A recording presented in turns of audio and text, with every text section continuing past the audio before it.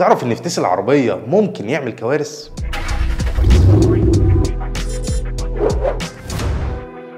دلوقتي وانت بتشتري عربيه هتسمع ان فتيسها سي في تي فابعد عنها. لا دي فتيسها دول كلاتش فكك منها. لا دي فتيسها دي جي دراي. طب تعرف ان اتنين من اغلى واسرع العربيات في العالم حكايتهم بدات بسبب مشكله في الفتيس؟ سنه 1898 اتولد انزو فراري اللي غير مفاهيم السرعه في العالم. اللي حبه للعربيات ما جاش بالصدفه، ده كان وراثه عن والده، ولان الشغف هو الدافع الاساسي للنجاح، فشغف انزو لسباقات العربيات هو اللي خلاه متمسك دايما ان هو يشارك فيها، واللي خلاه في 1908 يخالف كلام باباه لما قال له ما تروحش السباق، وده لانه وقتها كان صغير، لان كان عنده 10 سنين بس. وفي 1919 بدات الدنيا تحلو معاه. كانت بدايه الطريق لما بدا يسابق مع شركه CMN، لكن في اقل من سنه فرحته اتهدمت لما ما حققش اي نجاح مع فريقه، واللي بدورهم طردوه. بس هو يسكت؟ لا، ما كانش يعرف حاجه اسمها استسلام. وتعين انزو وقتها في شركه الفا روميو، واللي فعلا حقق معاهم نتائج عظيمه لحد ما بقى مدير السباقات. وفي سنه 1929 عمل انزو اول جراج ليه، واللي كان بيصلح فيه عربيات الفا روميو، لحد ما برضه فصلته الشركه. ومرت سنين على صاحبنا، بس الهزيمه بتاعته لسه شديده، لكن المره دي كانت فعلا البدايه السعيده. في سنه 1947 قرر انزو ان هو يعمل اول عربيه سباق ليه، واللي اخذ تصريح بيها، واللي هي فراري 125 اس. ومن هنا فعلا بدات شركه فراري. ولان انزو اتولد في مدينه مودينا بايطاليا، فقرر يخلي الشعار بتاعه حصان على باك جراوند اصفر، لانها بتعبر عنها، واللي يعتبر حاليا من اهم واشهر شعارات السيارات. وعربيه انزو ما كانتش وقتها رخيصه او في متناول الجميع، دي كانت غاليه جدا. وبالرغم من انها كانت غاليه الا انها كان فيها دايما عطل. وساعتها واحد من ملاك الفيراري قرر ان هو يدي لعمنا انزو نصيحه، وقال له ان العربيه دي فيها مشكله في الفتيس. بس انزو وقتها اتحمق وقال له انت مجرد مزارع، اخرك تسوق جرار الزرع، انت ازاي تجرؤ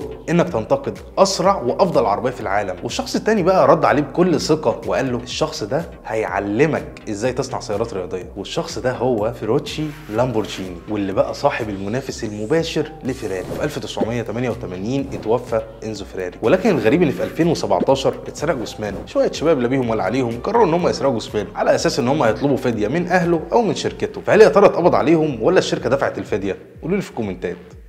سلام.